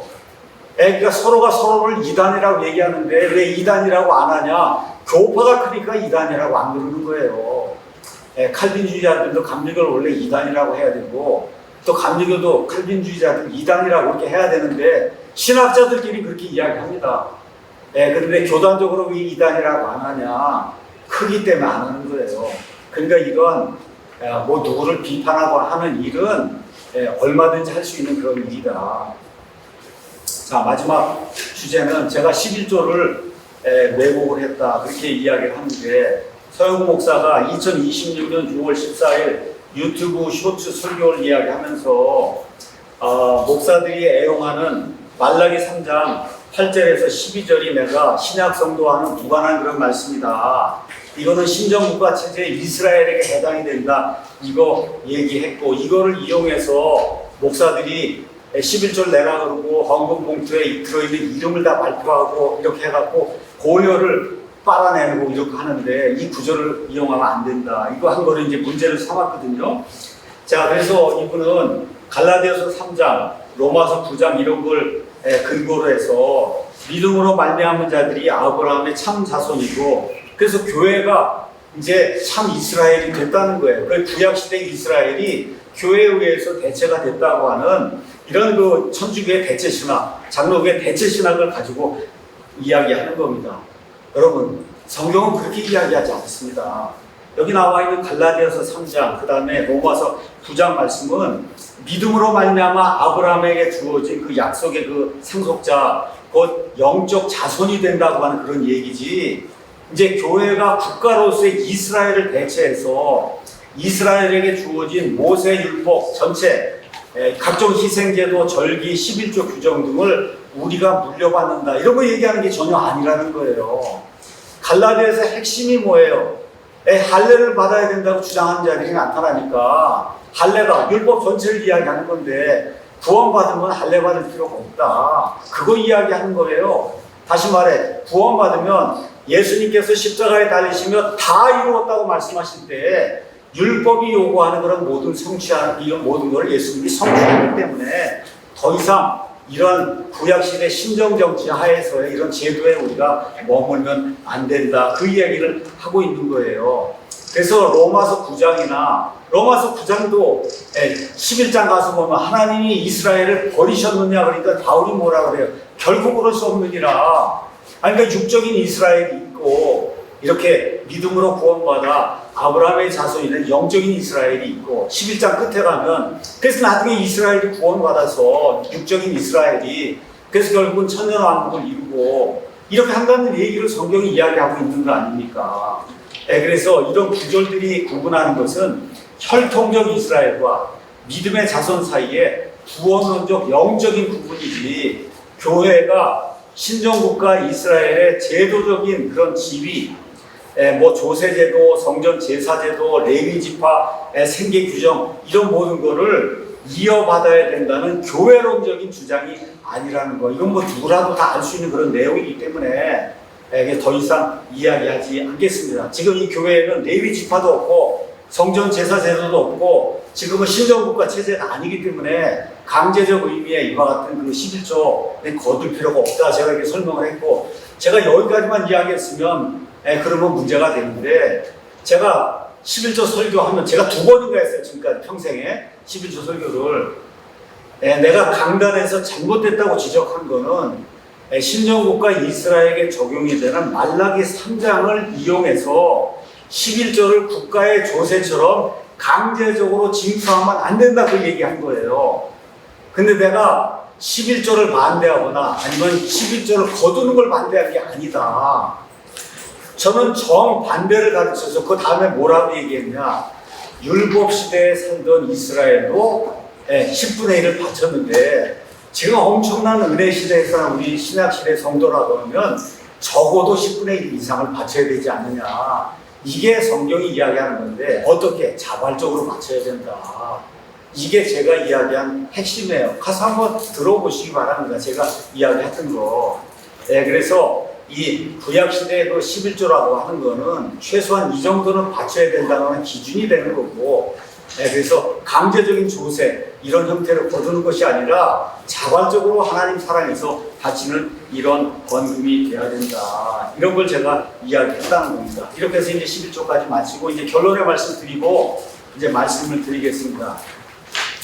저 하나님의 은혜로 하나님의 사람 이승만 대통령이 구원받은 뒤에 자유를 그렇게 사모하다가 미국 가서 미국의 모든 걸 다 보고 그걸 그대로 이 땅에 옮겨서 그래서 대한민국의 자유헌법을 만들어줬어요. 그 자유헌법과 대한민국 땅에서 태어난 거에 대해서 하나님께 감사를 드리고 또 하나님께서 섭리로 이 민족에게 허락하신 개혁성경을 통해 구원을 받아 지금까지 믿음 생활을 하고 있습니다. 제 아버지와 어머니도 이 성경으로 구원받았습니다.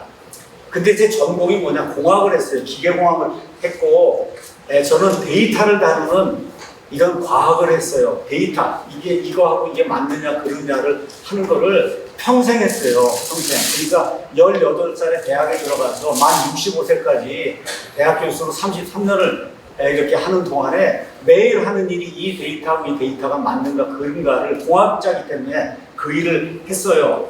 그래서 데이터에 근거해서 옳고 그른 것을 판단하는 그런 훈련을 받고 그래서 그걸 가지고 연구를 하고 지금까지 산 사람으로서 개혁 성경 본문하고 킹제임 성경 본문하고 원어에 있는 이런 단어들을 정말 수십 차례 한 절 한 절 다 비교를 했습니다.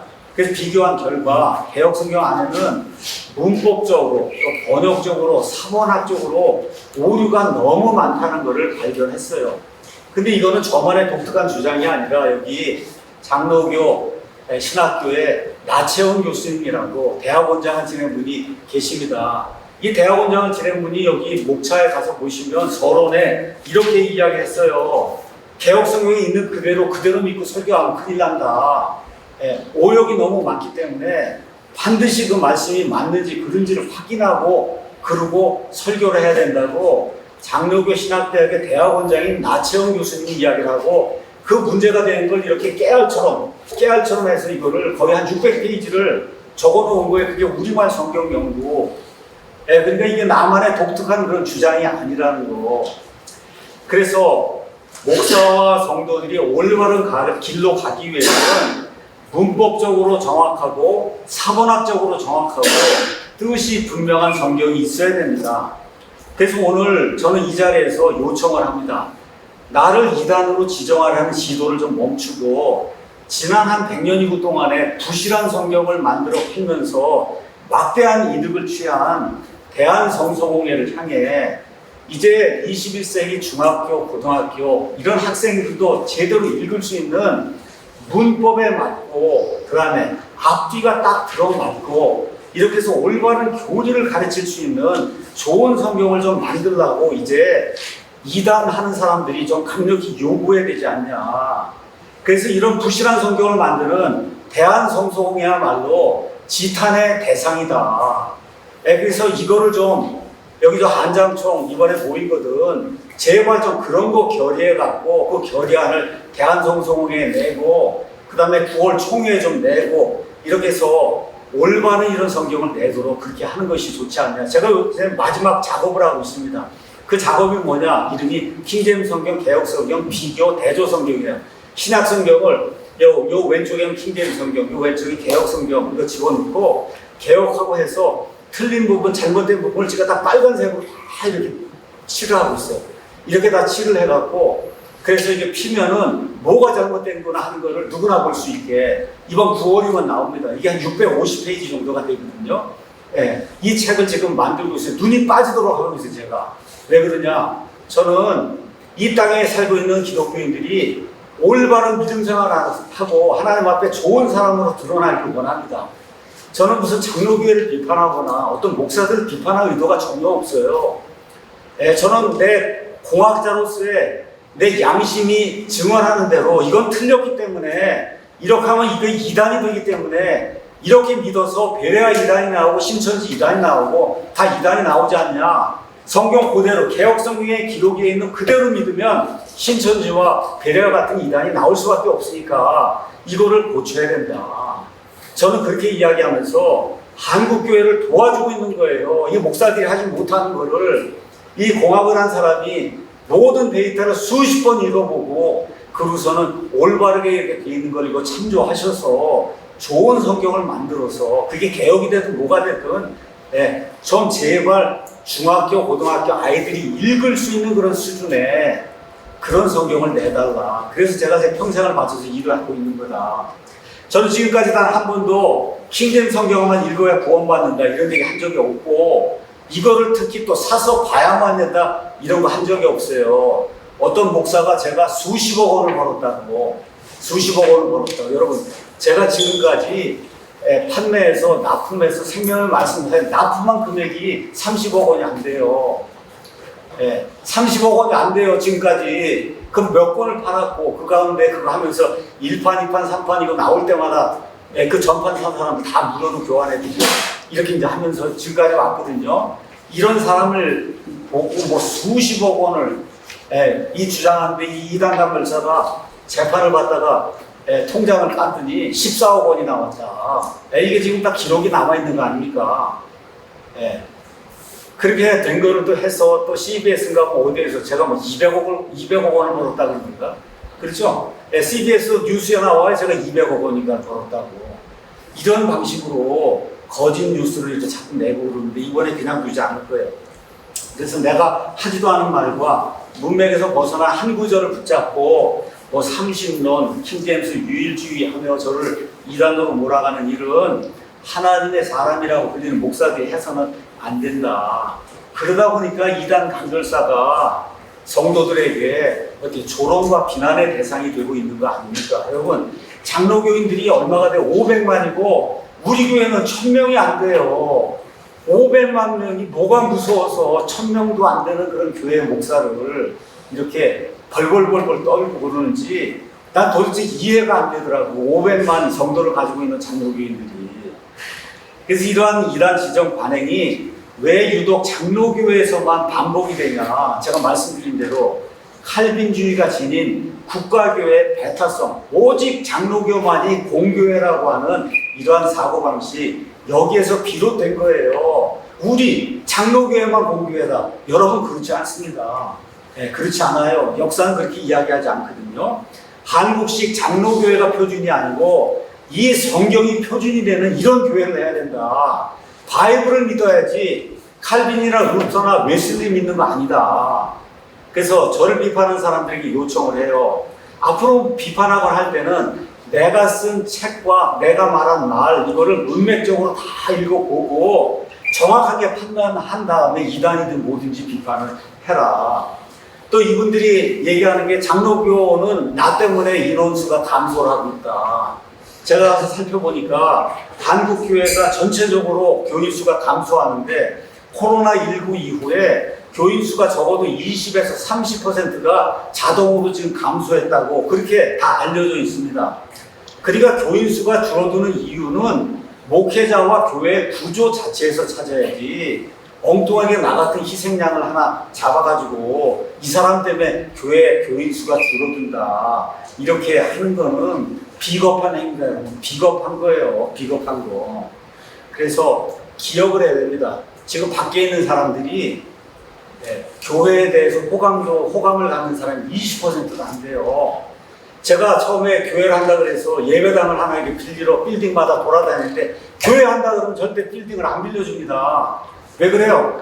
1년 360일 아침부터 와서 새벽 기도한다고 북치고 장구치고 금요일 날부터 해서도 뭐 몇 시간씩 하고 큰 소리 지르고 뭐 하고 하는데, 여러분 교회가 일단 빌딩에 들어오면 그 빌딩에 사는 모든 사람들 장사고 뭐고 못합니다. 근데 무슨 호감을 받을 수가 있겠어요, 교회가. 그러니까 지금 우리가 하고 있는 일이 상식적으로 좀 맞는가 이렇게 보면서 세상 사람들에게 호감을 받아요. 사도행전 2장에 있는 것처럼 사람들에게 호감을 받아야 교회가 늘어나는 그런 일이 있을 거 아니에요. 성경에 있는 그대로 해야 되는 거예요, 점잖게. 자, 그래서 교회가 소멸되고 있는 근본적인 원인 가운데 하나를 꼭 집어서 제가 이야기하면, 중고등학생이 읽어도 뜻을 제대로 이해할 수 없는 부실한 성경 번역 그 자체, 그것이 문제다. 읽으면 무슨 뜻인지 알아야 될 거 아닙니까, 여러분? 주어도 없고 목적어도 없고 접속 부사도 없고 관용어도 없고 다 이렇게 돼 있고 많은 구절이 빠져 있고 이렇게 이제 돼 있으니 읽으면 어떻게 그 뜻을 알 수가 없잖아요. 그래서 문장 자체가 사본이 어쨌든 문장 자체가 우리말 문법에 좀 맞는, 그래서 중학교 고등학교 아이들이 읽으면 이게 술술 읽혀야 될 거 아닙니까? 그래야 이해를 하고 예수님도 믿을 거 아니에요. 교회도 다닐 거 아니에요.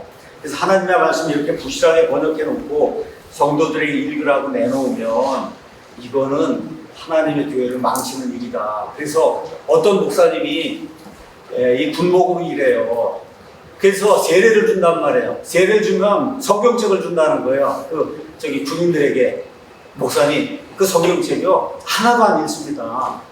바다는 가는데. 왜 그러냐? 읽을 수가 있어야지. 무슨 말인지 알아야 읽을 거 아닙니까? 군목이 이야기하는 거예요, 저한테. 자, 마지막으로 분명히 오늘 이 시간 이제 인터뷰를 하니까 제가 알리고자 합니다.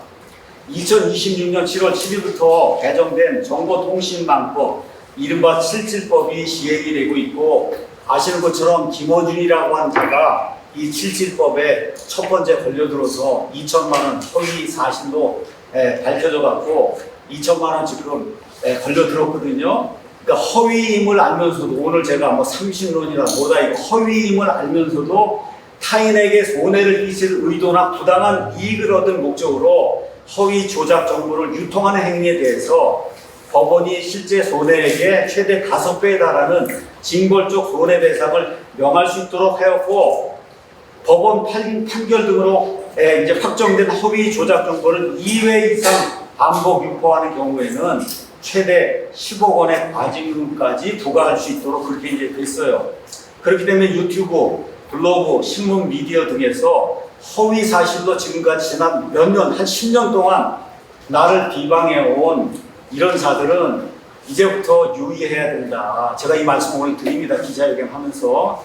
저는 지금까지 이 자리에서 서영국 목사와 김홍기 등 여러 그 측근들이 내가 하지도 않은 말을 지어내고 내가 실제로 쓰지도 않은 그런 말을 문맥에서 완전히 잘라내서 정반대 의미로 왜곡해서 유튜브에서 수백 번 이렇게 유포한 사실을 한 수백 번, 제가 알기로는 한 100번 정도는 된 것 같은데 수백 번 이렇게 이제 한 걸로 아는데, 이런 사실을 분명히 이제 밝혔습니다.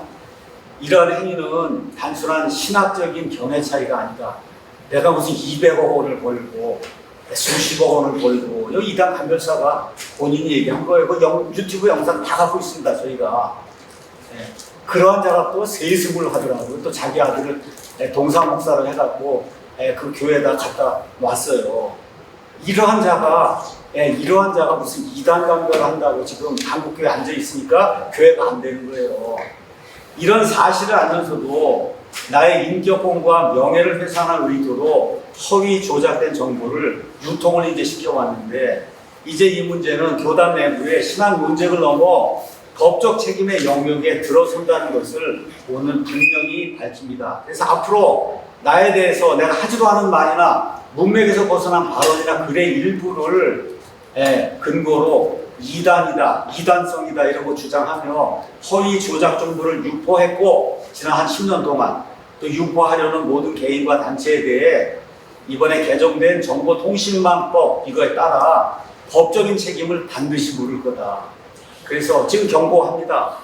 법적 책임을 피하려고 하면 이미 올라가 있는 기존 영상, 글 이런 거 속히 삭제해라. 속히 삭제해라. 이단 간별을 빙자해서 문맥을 왜곡하고 근거 없는 이런 소문을 퍼뜨리며 살아온 이른바 이단 간별사들과 또 그들과 관련된 목사들과 교단들, 합동교단 같은 경우 저는 10년 동안 나를 괴롭히고 있는데 이런 것들 본인들이 이단성 다 해제하고 총회까지 가서 다 발표하고는 또 지금 또 이단이라고 똑같은 걸 가지고 이런 일을 하는 거 이게 허위 조작 정보를 가지고 계속해서 사람을 괴롭히는데 이제 이러한 행위가 더 이상 신앙의 자유, 정교분리라고 하는 이런 이름 뒤에 숨을 수 없다. 이젠 이런 모든 게 명백한 법적 처벌의 대상이 된다는 것을 똑똑히 기억하고 그리고 앞으로 올바르게 행동하길 바란다. 제가 여러분 이렇게 말씀을 드리면서 오늘 기자회견을 마치도록 하겠습니다. 긴 시간 경청해 주셔서 감사합니다.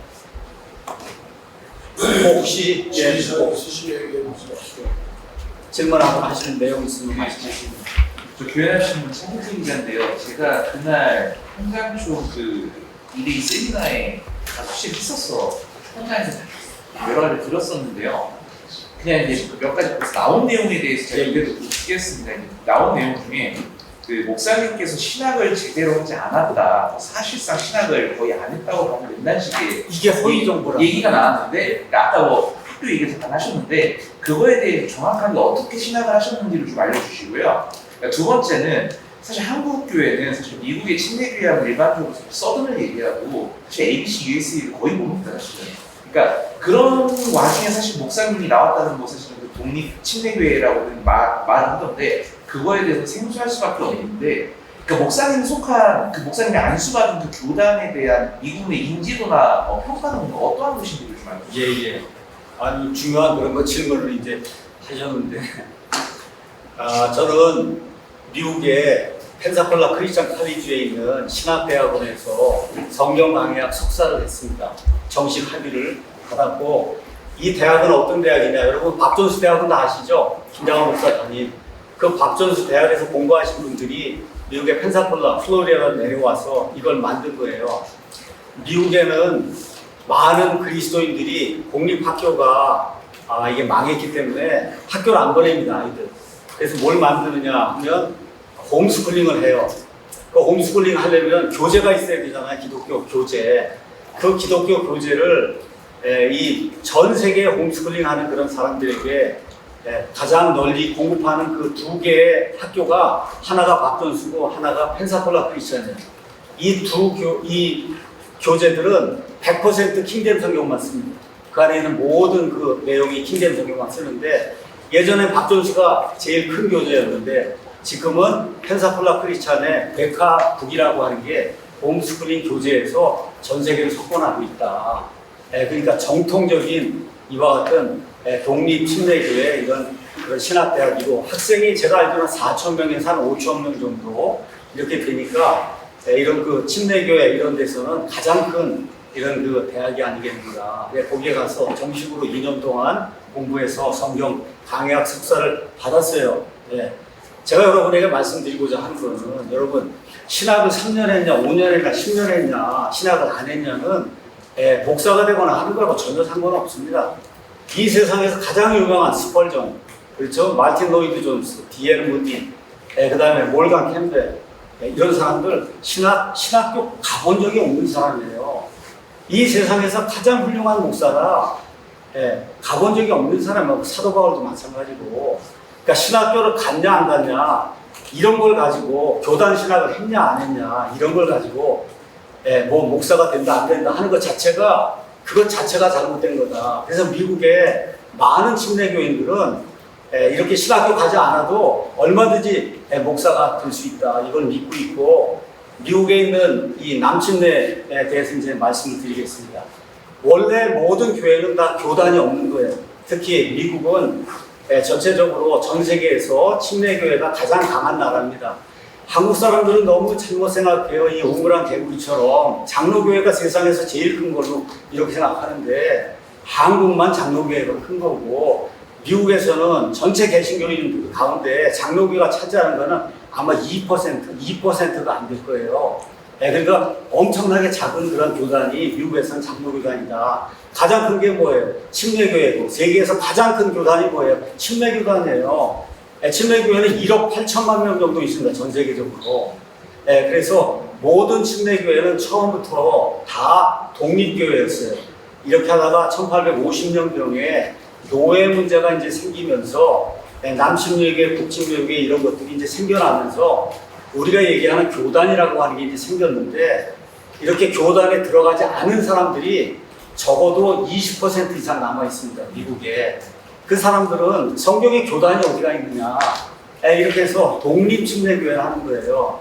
우리가 성경을 읽고 우리가 우리 나름대로 교회 헌법을 만들어서 우리는 이런 식으로 교회를 운영하겠다, 이렇게 해서 만들어진 게 독립교회입니다. 그러니까 독립교회는 장로교회도 있고 감리교회도 있고, 미국에는 독립교회가 엄청나게 많아요. 그러니까 한국에 교단들이 많다 보니까 무조건 교단을 가입해놨다, 그렇게 생각하는 거, 그거 자체가 이미 잘못되어 있는 거예요. 교단 가입하지 않고도 얼마든지 할 수 있는 거다. 또 하나, 미국의 남침례 교회는 한국과 같은 그런 교단이 아닙니다. 교단이라고 하면 뭘 해야 되냐? 교단에서 목사를 안수해야 그게 교단이 되는 거예요. 교단 목사가 되는 거거든요. 침례교회는 뭘 위해서 모였냐? 옛날에 선교를 하려고 하는데 개교회가 하기가 너무 어려우니까 선교비를 우리가 공통으로 하고 모아서, 그래서 우리가 선교사를 보내는 그런 큰 일을 하기 위해서 협력하는 기구를 만들어야 해서 만든 게 침례교 총회예요. 그러니까 지금 미국에 있는 남침례교회는 교단 목사를 만든 게 아니라, 목사는 다 누가 만드냐? 각 교회에서 안수를 줍니다. 각 교회에서. 각 교회에서 안수를 주는 거예요. 한국처럼 교단 목사가 아니고. 그러니까 저 같은 경우에도 독립침례교회에서 제가 공식적으로 안수를 받았어요. 그러니까 한국식으로 생각하지 마라. 이게 일단 성경적으로 생각해야 되고, 그 다음에 세계에서 가장 큰 그런 그 교단이 어떻게 하고 있냐, 그렇게 생각을 하시면 이해가 좀 될 겁니다. 답이 됐나 모르겠어요. 예, 충분합니다. 근데 이제 나는 2년 석사를 했고 자기들은 3년 했기 때문에 나는 신학적인 일이 없다, 그렇게 얘기를 하는데, 여러분, 한국에 있는, 이건 제 자랑하는 게 아니에요. 한국에 있는 목사들 가운데 나만큼 성경을 모든 거를 다 읽고 나만큼 주석을 많이 읽고 성경을 연구한 사람이 있나 한번 나와보라고. 하나 더 여쭤보면, 사실 목사님을 지금 비판하는 곳이 한 장쪽, 그러니까 장로교 쪽인데요. 장로교 중심의 신학과, 또 장로교 중심의 이단 평가, 그러니까 장로교가 심지어 침례교인이나 침례교 목사를 이렇게 이단 평가한 거에 대해서 어떻게 생각하십니까? 그건 말도 안 되는 이야기죠. 왜 그러냐? 장로교는 자기들이 믿는 교리 체계가 있고, 침례교는 본인들이 믿는 교리 체계가 있는데, 이단이라고 하는 건 교리 체계를 논하는 거잖아요. 그러니까 장로교 자체가, 장로교가 아닌 사람들을 교리적으로 평가하는 것 자체가 이미 교단의 형성이 돼서 다르다. 그럼 뭐야? 교리적으로 이단이에요, 서로. 그렇지 않습니까? 이미 교리적으로 이단이에요. 이단, 교리가 다르니까. 지금 장로교 안에도 교단이 300개 되지 않습니까? 큰 거 작은 거. 왜 그래요? 다 교리가 달라서 밖으로 다 퍼져나간 거잖아요. 자, 그 다음에 중요한 게 있어요. 뭘 얘기하고자 하냐. 우리가 가지고 있는 신앙의 자유, 양심의 자유, 이건 누가 만들어준 거냐? 침례교인들이 만들어준 거예요. 그래서 이 사람들이 자유헌법을 만든 거예요. 침례교의 가장 큰 특징이 뭐냐? 영혼의 자유입니다. 무엇을 믿든지 무엇을 믿지 않든지 그거는 그 사람의 자유지, 교단이나 목사나 국가가 이거를 강제해서 믿으라고 하는 거, 이런 걸 침례교회는 하지 않습니다. 그러니까 침례교회 특징이 뭐냐? 이단 규정을 안 해요. 침례교 총회나 이런 데서 뭘 이단이라고 얘기하지 않습니다. 예. 그거 할 이유가 없잖아요. 왜 그러냐? 하나님이 주신 가장 존귀한 건 뭐냐? 사람의 영혼의 자유. 내가 믿고 싶은 대로 믿는 거, 하고 싶은 대로 하는 게 그게 하나님이 주신 그런 최고의 자유이기 때문에 국가나 교회나 어떤 단체가 그 사람의 영혼의 자유를 압박을 한다. 그거 있을 수 없다는 거예요. 그러니까 지금 미국의 트럼프라든지 이런 그 보수적인 그런 데서 가장 강력하게 외치는 게 뭐냐? 종교의 자유, religious liberty, 그거가 확보가 돼야 된다. 지금 우리 뭐 손영보 목사 케이스도 그렇고 지금 이번에 뭐 여러 가지 하는 거 한국에 지금 일어난 일, 그게 뭐 하는 거냐? 여러분 포괄적 차별 금지법에다 뭐다 이거 하는 거, 이게 다 영혼의 자유를 압박하는 거잖아요. 이런 일을 해서는 안 된다고 이야기하는 거죠. 그러니까 완전히 교리가 다르고, 그래서 장로교회 침례교 목사를 이단이라고 하는 거는 이미 이단 정지 하기 전에 이미 결정이 나 있는 거예요. 할 필요도 없는 거고. 아주 오늘 좋은 질문을 많이 하시네요. 질문이 없어 제가 몇 개만 하나. 뭐 그렇게 하시죠. 뭐. 질문을 좋은 걸 하기 때문에 제가 하라거든요. 네, 저는 그날 참석을 해가지고 아무 궁금한 게 많았습니다. 이거를 자료를 만드신 분이 이제 한장충 이대위원장 소영국 목사님이신데, 이 자료를 만들기까지 혹시 소영국 목사님한테 어떤 사실관계를 해온 게 있는지 직접 좀 전혀 없었습니까? 없습니다. 소영국 목사가 지난해도 또 내가 어쩌고 저쩌고 해서 그때도 개혁서 킹제임 성경 유일주의 했다고 그래갖고 돌아다니면서 세미나를 하더라고요. 근데 그게 올라왔어요. 그래서 보니까 또 거짓말을 가지고 하는 거예요. 그래서 제가 서영국 목사는 좀 거짓말하지 말라 이런 제목으로 해갖고 유튜브에 올렸거든요. 두 분이 직접 대화를 나눠보신 적은 없어요? 장로교회 2단 이 지정의 가장 큰 문제가 뭔지 아세요? 부르질 않습니다. 부르질 않아요. 지금 고심식이 나를 2번인가 2단성이 있다고 했는데 어느 날 가면 9월에 내가 2단성이 있다고 나오는 거예요. 신문에. 이런 비겁하고 지저분한 그런 일, 여러분 정정당당하고 내가 믿는 게 올바르면 오라 그래서 맞짱을 떠야 될 거 아니에요. 이게 올바르다 그러다 얘기를 해야 되는데 꼭 뒤에 가서 자기들끼리 밀실에서 해갖고는 그러고 총회에서 그냥 발표하면 끝나는 이런 방식. 제가 한 10년 동안 이렇게 했는데 진짜 그 회의도 가서 참석해보면 초등학교 반장 선거나 이런 거 하는 것만큼도 회의 진행이 정말 형편없다. 그러니까 한국교회가 지탄의 대상이 됩니다. 너무 형편없어요. 한 번 본 적도 없고 만난 적도 없고 제가 보냈어요. 편지도. 왜 이렇게 하느냐? 이런 말고 답 없습니다. 고신식도 마찬가지고 여기 합동도 마찬가지고 처음에는 다만 합동은 그때 이단 대책위원장이 이렇게 살이 분별이 있는 분이었어요. 그래서 그분이 이대위원들 모아놓고 얘기하더라고. 저 보는 앞에서 이단이 하는 사람은 이단이라고 그러면 나중에 하나님 앞에 가서 어떻게 살려고 그러는가. 그분이 그렇게 설득을 해갖고 그나마 2번인가 저 오라 그래갖고 얘기를 했거든요. 그거 외에는 그냥 하는 겁니다. 그런 야만적인 그런 일이 어디가 있어요. 근데 성도들은 저는 모르죠. 다 절차 밟아가고 하는 줄 알고. 21세기 개명천지에 그런 일을 하고 있습니다. 또 있으면 말씀하세요. 안 적어도 괜찮아요, 기사에. 그냥 저 좀 마지막. 그 이후에 사실은 이제 목사님에 대해서 어떤 분한테 물어봤어요. 거기 참여하는데 왜 그렇게 하냐니까 목사님께서 유튜브에서 한국교회를 정말 많이 비판하시고 유튜브에서 한국교회를 정말 많이 비판하시고 기존의 기성교회를 비판하고 성경에 개혁 성경에서 굉장히 비판하신다고 하는데 그래서 아무래도 제 생각에는 그런 부분들이 좀 미루터에 박힌 게 아닌가 싶었단 말이에요. 박혔겠죠. 그러니까 왜 그렇게 한국교회를 비판하십니까? 예수님이 그렇게 했잖아. 바울도 그렇게 하고 진리가 내게 들어왔거든요. 베드로가 뭐라 그래요? 우리는 보고 들은 것을 말하지 않을 수 없다. 제가 아까 말씀드렸죠. 정말 한국교회, 이 한국 땅에 태어난 것을 나는 기쁘게 생각하고 내가 한국 사람이라는 것 자체를 어느 면에서 정말 행복으로 영광으로 느껴요. 그러니까 한국말을 하는 사람에게 내가 할 수 있는 일은 정말 정확하게 번역된 성경, 그거를 기초로 해서 어느 누가 봐도 정말 상식적이고 올바른 그런 교회를 해야 된다. 미국 땅에 가서 살펴보고, 이게 그 사람들 하는 거 이러고 보고, 그렇잖아요.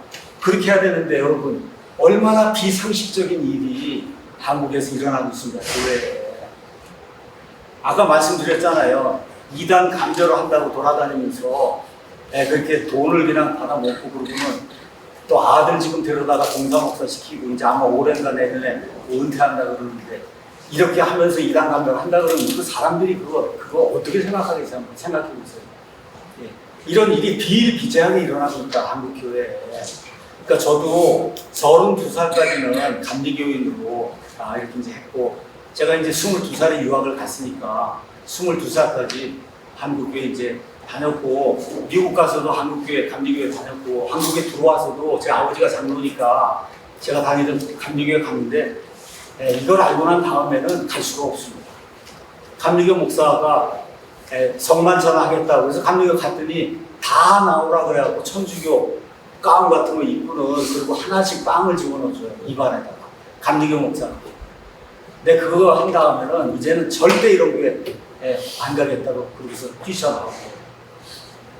이런 일 하면 안 됩니다, 여러분.